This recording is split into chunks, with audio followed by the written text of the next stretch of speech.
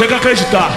Desde cedo a mãe da gente fala assim: filho, por você ser preto, você tem que ser 2 vezes melhor. Aí passado alguns anos eu pensei: como fazer 2 vezes melhor se você tá pelo menos 100 vezes atrasado? Pela escravidão, pela história, pelo preconceito, pelos traumas, pelas psicoses, por tudo que aconteceu. 2 vezes melhor como? Ou melhora, ou ser o melhor, ou é o pior de uma vez. Meu nome é Eudes, eu tenho 32 anos. Nasci dia 12 de março de 1991. Eu nasci em Feira de Santana, na Bahia. Quando eu me entendi por gente, eu tenho poucas lembranças, né? Mas quando eu me entendi por gente, eu vi muita coisa aqui acontecendo na comunidade. Uma delas foi morte. Eu acho que a questão da droga, ela sempre foi escondida, né? Mas as mortes que ocorreu aqui eram muitas. Peguei a época dos pés de pato, peguei a época que tinha uns grupos por aqui, né? E eu acho que hoje eles têm, que essa juventude não tem tanto respeito quanto antes, né? Porque se fosse para fumar uma maconha, os caras iam lá pra mata, ia se esconder em tudo que é lugar, fumar em cima de uma laje bem alta, pra não ficar à vista e não fumar na porta de ninguém, né? Hoje em dia, infelizmente, não se arma mais esse respeito. Você vê cara cheirando, fumando na porta dos outros, então. O homem na estrada recomeça a sua vida, sua finalidade, a sua liberdade. Que foi perdida, subtraída, e quer provar a si mesmo que realmente mudou, que se recuperou e quer viver em paz. Boa tarde, gente. Meu nome é Débora Santana. Sou moradora aqui da área há mais ou menos uns 32 anos, que minha mãe fala, porque eu não tenho recordação de morar em outro lugar, a não ser aqui. Tenho um prazer muito grande de estar morando aqui, porque, querendo ou não, é onde que a gente que teve a nossa infância, né? Nosso trajeto aí foi totalmente aqui. Meus pais vieram da Bahia, Alagoinhas, se conheceram lá. E a gente morava aqui na rua de cima, minha mãe estava falando, depois que eu e minha mãe estava conversando, ela falou que a gente morava aqui na rua de cima, minha mãe pagava aluguel.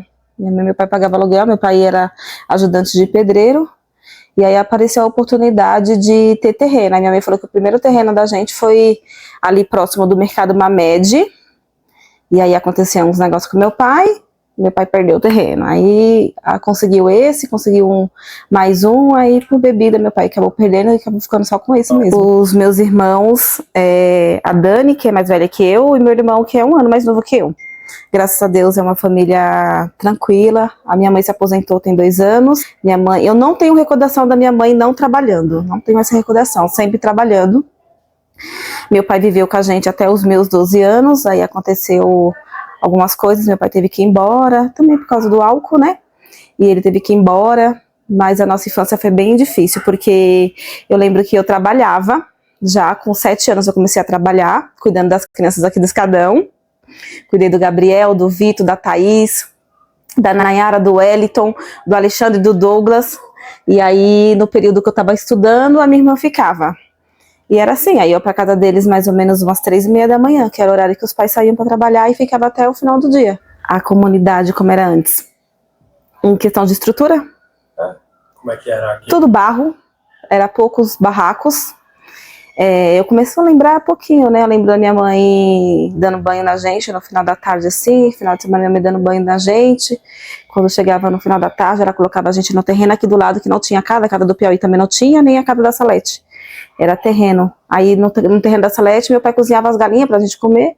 E aqui no terreno do Piauí, a minha mãe forrava o chão. Domingo de Páscoa, a minha mãe forrou um pano no barro, depois de ter dado banho na gente, e abriu um ovo pra gente, não lembro se foi um ovo, um chocolate, ela abriu pra gente comer. Era uma infância bem difícil, querendo ou não, estrutura financeira não tinha nenhuma, era minha mãe pra trabalhar, pra ter tudo, pra nos dar o básico, né, é isso. O lugar onde só tinha como atração, e o candomblé pra se tomar a benção. Esse é o palco da história que por mim será contado.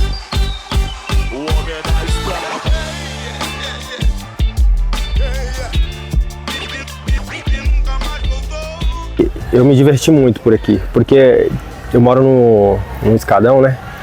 E as casas do escadão era muito interessante. As casas do escadão iam tirando os barros, ia colocando na frente do escadão. E as outras casas também. E aí a prefeitura sempre vinha retirar o entulho, né? Da rua, os barros. Foi uma época que eu falo que foi uma época meio difícil para todos nós, mas foi maravilhosa. Foi maravilhosa. Porque eu via muita criança, né? E eu também, a gente brincava muito na rua. Então tinha pouco carro, pouca moto passando. E hoje as motos que passam a milhão sem respeitar as crianças, né? E os idosos. E foi muito maravilhoso essa época. Agora eu tenho 2 filhos, Monique e Murilo, que são, pra mim, meu tudo, meu mundo. E aí tudo que eu faço em relação com eles é pra eles mesmo. A quebrada, eu acho que a quebrada tá desgovernada, né? Tem muito dono pra pouco território, né? Que nem diz assim, tem muito cacique para pouco índio. Capão Redondo foi considerado a faixa de Gaza, né? O lugar mais perigoso. Só que hoje em dia tá mais perigoso de você viver dentro da comunidade do que fora.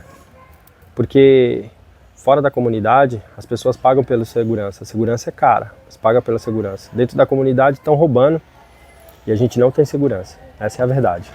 Estão roubando, estão matando desgovernadamente. É lamentável o meu desejo de querer sair dessa comunidade linda, que eu fui um dos fundadores, minha mãe, seu Zé, finado seu Zé, finado Maria, um monte de gente que já se foi aqui. A safra antiga já está indo a maioria. Ainda reside Marisete, reside minha mãe, reside Dona Maria também ali em cima, reside ainda uns senhores aí. Mas eu resolvi fazer esse documentário mais ou menos para imortalizar as ideias deles. E eu acho que daqui a, sei lá, 10, 15 anos, 20 anos, eles vão ver esse documentário, alguém vai ver. E vai ver um pouquinho, né, da história. Eu aqui na comunidade sou conhecido como Eudes, chefe de quebrada, né? Eu sou uma referência para muitas pessoas e eu agradeço muito isso. E eu posso contribuir ajudando a comunidade sempre. E eu agradeço sempre essa comunidade. Mas infelizmente hoje eu não me sinto mais seguro nela.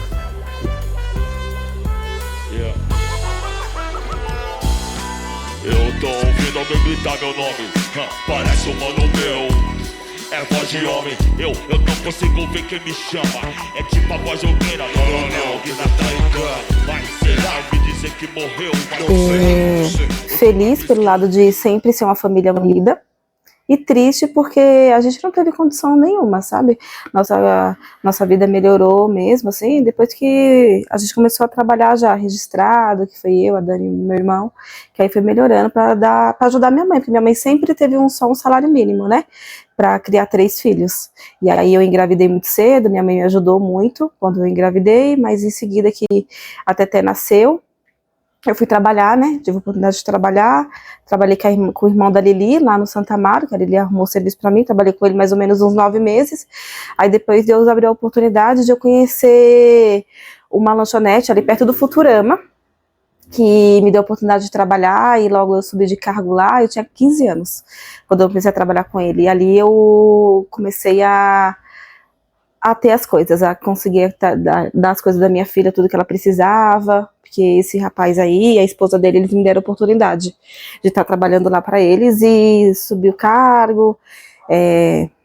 Eu trabalhava um horário bem puxado antes, né, era um horário das 7 da manhã às 11 da noite, então eu perdi muita coisa da minha filha. A dela, para mim, a Stephanie, eu falo que ela é rica daquilo que eu não tive.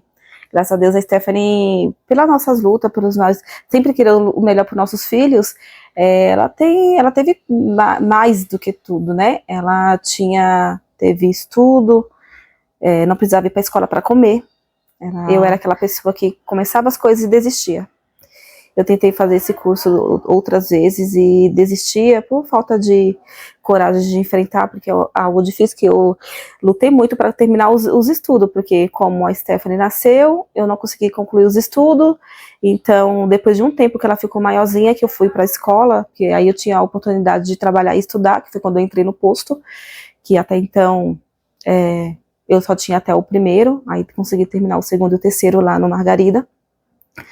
E era isso, aí eu tive essa oportunidade de estudar na pandemia, desisti de novo. Aí quando foi, depois que passou a pandemia, eu voltei, não falei pra ninguém, só falei aqui em casa, vou voltar a estudar. Foi assim que eu falei, quero fazer o curso de enfermagem, eu quero proporcionar algo melhor pra minha família, algo que eu amo. Tanto que eu amo tanto, que eu chegava tão empolgada do que eu via nos hospitais, do que eu aprendia nos meus estágios, que quando eu chegava, a Stephanie se empolgou, porque a Stephanie, ela domina uma área que eu não domino, que é geografia e esporte. Eu sou péssima. Eu só sei time, assim, daqui. São Paulo, Corinthians, só sei esses times. E a Stephanie, ela manja tudo, tudo, tudo, tudo. E aí eu queria que ela entrasse nessa área, né? Que ela fizesse jornalismo esportivo ou geografia. E ela, não, eu quero fazer enfermagem. E eu falei, não acredito. E aí a enfermagem, ela quer o quê? A empatia, né? A gente tem que ter empatia com o outro, a gente tem que se olhar. E se fosse eu, é o que eu faço. Eu chego na casa de um paciente, eu chego no hospital e eu falo, e se fosse eu? E se fosse a minha filha? E se fosse a minha mãe? Como que eu queria que eu ser tratada? Como eu queria que elas fossem tratadas? É dessa forma que eu vejo. A gente tem que ter um olhar melhor para o ser humano, olhar com empatia, olhar com amor, chegar lá no hospital e falar o que eu posso melhorar a vida deles. Meu último estágio foi psiquiatria. Foi uma área que não precisa muito de coleta, uma área que não precisa muito de, como eu posso falar, troca de fralda. A gente precisa dar o que para eles? Atenção. A gente precisa dar para eles a nossa conversa, nosso amor. E quando a gente chegava, quando o segurança liberava a porta, a gente entrava ali, eram os primeiros a vir buscar os pacientes, porque eles amavam, só de a gente estar ali, eles amavam, porque ali a gente conversava, ali a gente fazia pulseira, ali a gente pintava a unha delas, e era maravilhoso. Meu irmão está trabalhando, agora meu irmão tem um bebê de 6 meses, que é o nosso xodozinho, e a minha irmã mora em Minas. Minha irmã trabalha em hospital lá em Minas, e tem um filho de 18 anos. Meu sobrinho também é tranquilo, trabalha, estuda, tira a carta de motorista. É um orgulho também da minha irmã. Como é que você define a sua família? É tudo. Minha família é tudo. É uma família que, graças a Deus, um dia minha mãe estava questionando, você sabe, né, que a gente reclama de alguma coisa. E aí eu falei, mãe, só dá graças a Deus. Porque graças a Deus você tem 3 filhos que, querendo ou não, hoje não dá trabalho nenhum, você não precisa não dormir à noite preocupado com algum deles. Graças a Deus é uns filhos que tá no caminho certo, que tá tentando correr atrás do seu, com honestidade. É isso. Eu acho que a gente poderia nos ajudar mais, ser mais humanos. Acho que a gente poderia ter mais empatia com o outro.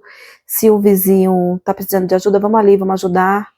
Eu acho que não cabe a nós julgar, não cabe a nós apontar o dedo. Se não for para ajudar, que fique quieto. Eu acho que a gente precisa de nos abraçar, de nos ajudar. Sou grata aqui aos anos que eu morei aqui. Se Deus der a oportunidade de mudar, se falar que o tempo de eu ficar aqui acabou, eu vou respeitar, mas eu sou grata ao tempo que eu vivi aqui. Vendo o meu passado e vendo hoje, eu sou muito grata a Deus, porque só Ele para nos sustentar, porque tem coisas assim na vida da gente que a gente fala, nossa, só saber abrir a boca para reclamar, mas não, a gente tem que saber ser grata a Deus pela oportunidade que Ele tem, que foi de melhorar a nossa vida. Deus, Ele dá a oportunidade, vai a gente correr atrás, né? Que a gente possa estar sempre melhor. Eu tenho uns sonhos ainda para realizar, creio que Deus vai me ajudar, eu vou trabalhar. Agradeço meus vizinhos, sou muito grata. Tem vizinhos aqui que já se foram. Tio João, nossa, tio João era um cara da hora. Ele tinha um carinho tão grande por mim. Hoje mesmo estava conversando com a minha mãe, que a irmã dele veio aqui, estava conversando com a minha mãe, que quando meu pai morreu, Ele veio aqui chorando, e aí eu chorei muito também, e aí o que aconteceu, deu um branco na minha cabeça, eu perdi senha de celular, senha de banco, não sei o que aconteceu, porque pelo carinho que ele tinha por mim, né, e Dona Marisete, Dona Lourdes, eu lembro da Dona Lourdes criando os filhos, a Marinete, assim, cuidava de mim como se eu fosse filha dela, até hoje, né, ela tem um carinho muito grande por mim. A Dona Mocinha, que se foi, eu fui lá se despedir dela no hospital. Então, um carinho enorme. Quando eu comecei a trabalhar como agente de saúde, eu não conhecia todo mundo da rua de baixo, né? Eu conhecia mais gente da rua de cima. Mas tinha pessoas que me viu pequenininha. Então, sou grata por muita gente, assim, que apareceu na minha vida. E que a gente continue assim, tranquilos e humildes, né? É isso, é humildade. Pra saber que a vida é desgraçada aqui. Meu filho amor, tem dessas coisas rude. Era 2006, eu com 11 atrás de Puma Disc, passou a fase do 12 mola, atrás de uma novinha pra... primeiro tomei coragem... Eu nasci na Bahia, Feira de Santana, e minha mãe veio pra cá quando eu era novinho. Eu não me recordo, né, porque eu vim bebê pra cá, muito novinho. A Marisete falou no documentário antes que eu vim bebê, bem novinho mesmo. Total somos em 5, né, a Érica, Eric, a Nikele e o Everton. E eu, né, E a gente passou, assim, realmente algumas dificuldades. Mas a minha mãe foi uma mulher muito guerreira. Ela se dispôs a passar por algumas humilhações da vida, né? Quando eu falo da vida assim, ela já trabalhou em casa de família, já trabalhou fazendo comida para funcionários de empresas, né? Tá tudo no primeiro documentário. Eu acho que ali é mais forte e mais verdadeiro, vamos dizer assim, ela falando. E com isso, hoje eu passei algumas dificuldades, mas hoje eu tiro tudo isso como uma lição. Eu sempre brinquei muito com meu irmão, eu sempre provoquei muito ele, o Everton, né? Que a gente ganhava um pacote de bolacha para dividir entre eu e ele, para tomar de lanche da tarde. E aí eu comia pedacinho, aí ele gritava para minha irmã Érica: "Ô Érica, eu estou petiscando aqui, comendo pedacinho. Mas assim, eu amo os meus irmãos, tenho um carinho enorme. A minha Érica, que eu chamo de mãe Érica, né, para mim ela foi uma mãe para mim, né? Até hoje ela me ajuda, no que eu preciso ela tá ali. E tem o meu cunhado também, Adriano, que ele tá sempre, né, me ajudando, eu faço as coisas sempre junto com ele, porque eu vejo ele realmente como um pai, né? E eu tenho minha irmã, Nikele, também, que já tivemos as nossas brigas, nossas diferenças dentro de casa, como todo irmão tem, mas eu a amo pra caramba. Hoje ela mostrou que ela aprendeu com os erros dela, e então isso para mim é valioso também. Eu considero ela também como uma segunda mãe para mim, uma terceira mãe também para mim, né? Eu considero minha irmã. E eu tenho o meu irmão Everton, que eu chamo ele de caçula, né? Que ele é o caçula aí. E tem o Eric. A minha infância aqui na comunidade, cara, eu brincava aqui de esconde-esconde, brincava aqui de pega-pega, peão, bolinha, pipa. Aqui atrás na casa do meu cunhado tinha um terreno, né, que tinha uma descidona, a gente dava a volta, passava pelo terreno dos outros para brincar de esconde-esconde, tipo pega-pega, e a gente gostava de descer esse barranco, que era um barranco muito grande. O meu cunhado construiu a casa dele aqui, o vizinho construiu também a deles, então acabou matando esse acesso. Mas foi muito bom. Foi um tempo... eu tive uma infância muito boa aqui na comunidade, tive uma infância muito boa. Teve violência, teve muita morte, teve aqui. Como drogas também sempre existiu aqui pela comunidade. Mas o que eu me lembro realmente aqui da comunidade foi, né, a parceria que todo mundo tinha com o outro. Quando um cara ia bater uma laje ali, a galera se reunia para bater a laje, que sabia também que ia rolar um churrasco, né? Hoje em dia vem um caminhão, joga o concreto lá em menos de 20 minutos, tá tudo pronto lá em cima da laje. Eu acho que a população está perdendo esse contato, né, com o próximo. A gente está cada vez mais se isolando, a gente está cada vez mais construindo grades, muros, portões, colocando câmeras, a gente está se distanciando do próximo. A galera viu o que aconteceu com o Covid e a galera também não percebeu, né, de fato, o que poderia ocorrer, né, com toda essa mudança. Mas a gente se fecha para o novo, a gente se fecha para o bom, a gente se fecha para o melhor. E, querendo ou não, eu nasci nessa comunidade aqui, eu tive uma infância muito boa. Eu brinquei bastante na rua, eu brinquei bastante com os meninos na rua, joguei bola, eu ia para Margarida. E o interessante é que era assim, a gente ia jogar bola sempre, né? E aonde tivesse uma árvore, a gente subia para pegar frutos, independente de qual fosse. Se fosse caju, eu não ia subir não, né? Mas graças a Deus eu nunca achei caju por aqui não. Goiaba branca, abacate, maçã, já pegamos. A gente já pegou mamão, a gente viu já morango, melancia, assim, a gente sempre se aventurou, né? Eu e os meninos da comunidade. E aí, deste fato, né, a gente vem relatando muita coisa aqui na comunidade. Criei esse canal, o intuito para falar de gastronomia, eu acho que ele ficou muito pequeno para isso, que teve muitas coisas que estavam acontecendo, né, pessoas passando necessidade, fome na comunidade, e aí eu parei o canal para ajudar essas pessoas, e agora, inclusive, eu tô voltando com o canal, mas não só para falar de gastronomia, fazer outras coisas também. Por causa de furar mil que eu não mudei, tô motivando gente, vocês falam merda no comentário. E juro que joelho de canta rap, tudo que ser dessa cena que eu tenho um lado maneiro e um lado otário. Trampa não pra ver, aos poucos o pessoal vai te esquecer. Sigo calmo, sempre soberano, ou melhor, digamos, mano, que ser toma um Covid, malvadão de elite.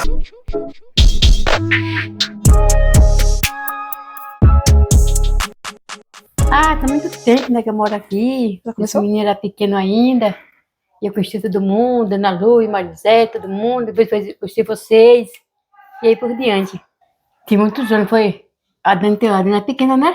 A Dani já tem 30 e poucos anos. A Dani tem 37. Já tem mais de 40 anos que eu tô aqui. Mais de 40 anos? É. Lá em cima, né? Uhum. A senhora veio da onde? Da Bahia? Da Bahia. Que lugar? Alagoinhas. Lagoinhas. Foi solteira. Eu morava ali no Escadão, na rua, ali na esquina. Sim. Morava ali. Aí o meu marido vendeu, foi pro sítio marido caseiro. Aí depois não quis ficar mais, voltei pra aqui de novo. Aí já viu? Aí já vi pra esse terreno aqui. E eu andei daqui até o Capão andando. Pra pegar cães lá no Capão, né? Que aqui não tinha condução, não tinha perigo, não tinha nada. A vida toda, eu disse, ela Não trabalhava... tinha aquela ponte que tinha um corgo ali? Não subia aquela pontinha de madeira, não sei se você chegou a ver. Sim. Rapaz, eu subi aquela pontinha, atrás passei de na João avenida. Silva. Isso, passei na avenida. Só que eles tiraram O ônibus tirou. Apanharam, batia. Eu lembro uma vez que faltava muita água, né? Eu disse aqui, graças a Deus, hoje até isso melhorou. Faltava muita água, e meu pai, ele pegava a água e colocava nos baldes, né? Aqueles baldes de tampa, sabe? Aqueles caras que passavam vendendo. E aí a minha irmã disse que era a Angélica, subiu em cima do balde e quebrou o balde. E aí meu pai deixou a gente de castigo o sábado inteirinho no feijão. Porque a Dani disse que ia ser a Angélica. E porque ele tá sendo do balde. Aí quebrou a tampa do balde, meu pai ficou bravo e deixou a gente de castigo. Antigamente tinha castigo, apanhava, e que crescemos bem, graças a Deus. Valeu a surra? Valeu! Eu trabalhava, não ficava sozinho, Deus, não tem que olhar se eles. Tem o Graças a Deus, a vizinha que cuidou dela, Dani ficou na creche, onde o Murilo fica, e vai sempre levando. Que é muito bom, né? Ela tem uma amizade muito grande, que é a neta aqui, com a Marisete, né? Né, mãe? A Marisete, assim, toda a oportunidade que a Marisete... A Ana Luz também, toda a oportunidade que a Marisete tem de chegar um pouco mais cedo do serviço no final de semana, a Marisete vem aqui, Às vezes as duas Quantas tomam, unidades, né? As unidades que daqui. às vezes as duas tomam uma taça de vinho juntas, como um salgadinho, né, mãe? É. É a amizade de muitos anos, né? E eu falo que a Marisete, ela começou a gostar de mim através do tio João. Porque o tio João gostava tanto de mim, que às vezes eu estava fazendo visita na rua, o tio João chegava com um saquinho de bala. Ou com o abacate que ele trazia lá do sítio que ele ia fazer, né, mãe? Cadê aquele terreno? Ele ia lá no terreno e trazia abacate, trazia folha de chá. Nossa, era uma das pessoas que eu sinto bastante falta, assim, ó, o tio João. O seu João também, né? Muito João, não foi? Nossa, aham.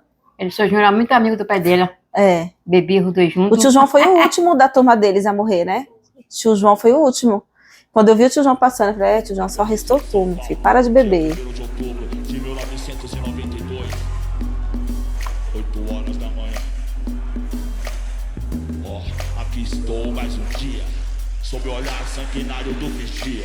Você não sabe como é caminhar com a cabeça na mira de uma metralhadora. E aí foi crescendo, com 13 anos, com 13 para 14 anos, o seu Jorge, que é o meu pai, né? Pai dos meus irmãos também, chegou, né? E aí a nossa vida mudou muito. Ele foi um cara ruim, um cara muito fechado. Eu não queria colocar ele nesse documentário porque eu acho que tem coisas melhores para falar, mas apesar que eu também estou falando algumas coisas ruins no meio, né? Então, a gente sofreu muito, muito com a vinda dele aqui, que quando fala sofreu, ele é um cara muito ignorante. E hoje estamos aí relatando, né? Falando um pouco da comunidade sempre, mostrando as coisas que tem na comunidade e tudo mais. Mas enfim, o que eu quero também falar aqui é porque a comunidade está muito violenta, galera. A comunidade está tendo assaltos 4 horas da manhã, meia-noite, 1 hora da tarde. A comunidade não tem mais aquele brilho. As pessoas estão sendo assaltadas, as pessoas estão sendo alvejadas de pessoas inconsequentes. É muito triste ver isso. Os jovens estão já fumando cedo, bebendo cedo. Eu acho que tem uma parcela de culpa dos pais. De não ficar no pé, de não brigar, de não ficar em cima. Tudo isso. Bom. E o que eu queria deixar para a galera é que realize o sonho de vocês, pô. Cai pra cima. A gente veio nesse mundo para ser vitorioso. E você que faz coisa errada, uma hora a casa cai. E amigo de copo tem um monte, pô. Amigo de copo tem um monte. Vocês deveriam pensar mais nos próximos, nos senhores que estão aqui, nos velhos, porque se vocês parar para prestar atenção, não se encontra hoje mais predeiro aqui bom. Os predeiros já se aposentaram, a maioria, não querem mais trabalhar também, que estão cansados. E a galera precisa mais olhar para o próximo, né? A vizinhança está muito olhando só para o umbigo, olhando muito para o umbigo. Se eu falar para vocês que a comunidade está boa, eu estaria mentindo para vocês. A comunidade não está boa, também ela não está ruim, não está péssima. Mas a comunidade não está boa, está longe de ser uma comunidade, eu acho. Os meninos pregam muito, favela venceu, está longe de favela vencer. A gente precisa mudar muito esse conceito. Muito, muito, muito esse conceito. Então eu espero, né, que a galera mude os seus pensamentos, procure estudar mais, procure ter uma vida verdadeira, porque esses MC cantam o que ele às vezes nem vive, mas eles cantam, não é só uma parada para te incentivar, é para incentivar eles também. E eles já estão a milhão na caminhada. Se você não fizer sua caminhada, você vai ficar ouvindo música até quando? Você vai viver essa vida até quando? A gente precisa melhorar. Não estou falando para sair da comunidade, mas a gente precisa melhorar, né? O nosso espaço, o nosso ambiente, a gente precisa trazer coisas melhores. E aí? Eu tô em cima, eu tô aqui, 1, 2 pra tirar. Eu sou bem pior do que você tá vendo. Preto aqui não tem dó, 100%. A primeira vai, a segunda vai. Tenho uma missão e não vou parar. Meu estilo vai pesado, pra ter meu show. E a palavra Tarantino veio muita munição. Na queda, na sessão, minha atitude vai além. Tem disposição pro mal e pro bem. Talvez vocês usarem com anjo.